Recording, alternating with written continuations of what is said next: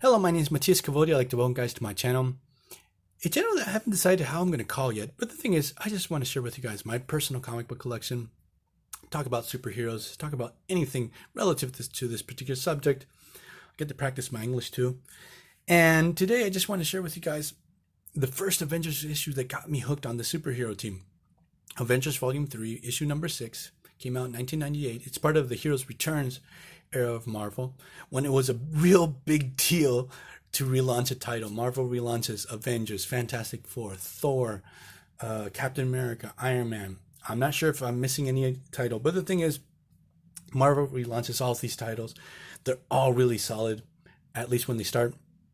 And this particular series, with Kurt Busiek and George Perez as the main creative team, they did a fantastic job. It's a really solid run and got me hooked on the Avengers, a superhero team that back when I started collecting comic books in the early 90s, I just really skipped out on. I didn't like them very much. Like I started reading X-Men, Spider-Man, New Warriors, and I just couldn't get hooked on this particular team, especially during the mid-90s. They had some really bad story arcs. At least for me, I didn't like them at all.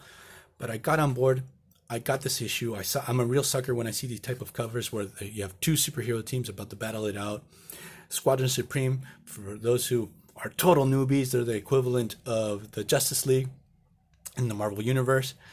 So you have the Flash character, the Superman type of character, the Green Lantern over here.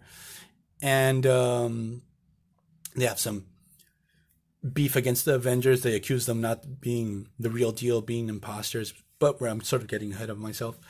We have here one quick observation. Captain America with his triangular type of shield. He lost his shield battling against Hydra at the beginning of his series. Fell to the bottom of the ocean. He can't find it. And so he has to use his old school shield that he has, like we're going to see in this particular issue, he has issues with it because he can't throw it. It's just not very useful for battle. So without further ado, let's get into this particular issue. I used to love this back during 1998. I don't know how long they did this, maybe for 1 year or two. They would put this in the inside cover, a quick description of the main characters in the series. So if you were totally new, you know who's who. It would tell you what happened in the previous issue. In this case, the Avengers had a skirmish with Squadron Supreme. As I said before, they accuse the Avengers being imposters, that they're not the real deal. The original Avengers died battling it out against Onslaught. And one thing is that Squadron Supreme are not from this the 616 Earth. They're from another dimension. They came to Earth to fill in the void because the Avengers had been gone. They were in the Heroes Reborn universe. So basically what this issue we're going to see in this issue is the Avengers trying to find out what the hell's wrong with the Squadron Supreme this time, because it's not the first time they battle it out. And so they're going to go to Project Pegasus, Squadron Supreme's new headquarters, to find out what the hell's going on. So a couple of cool thing about the Avengers during this particular time is that we have Captain Marvel, who she was using the name Warbird during this time. She's dealing with alcoholism issues, so she's become really impulsive, sort of having a bad attitude. So this adds an interesting dynamic in this series, and at least for me, it added a bit of depth to this character, made her a little bit more interesting.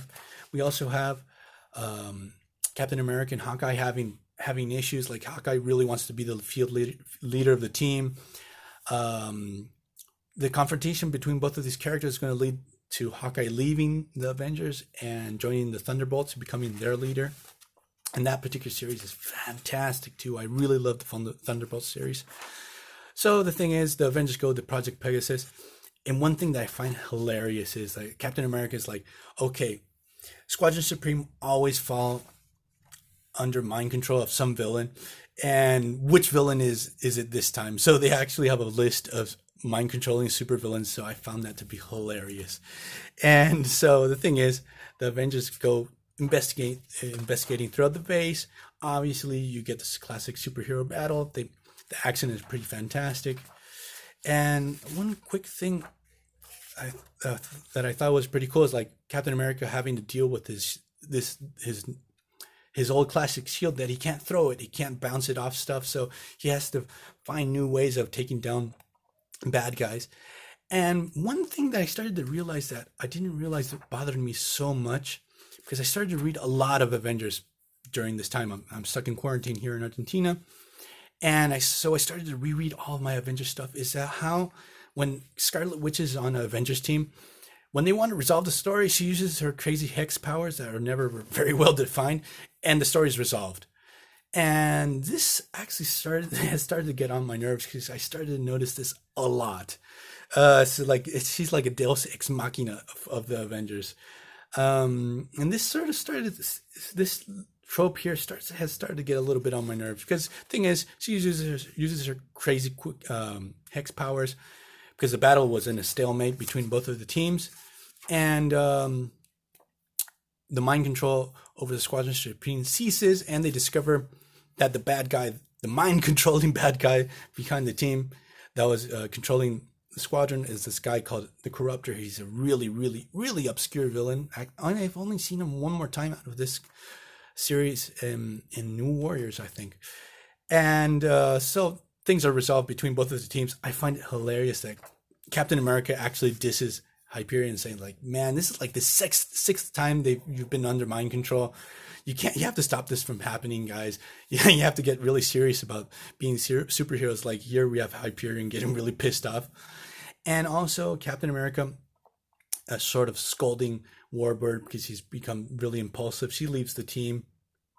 And the thing is, we're done with this particular issue.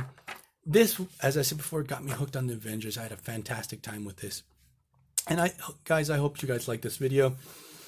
I hope anyone sees this video, like give me a thumbs up or a thumbs down. Be constructive in your criticisms. I know I don't have much production value to these videos. I just really love comic books. So see you guys later.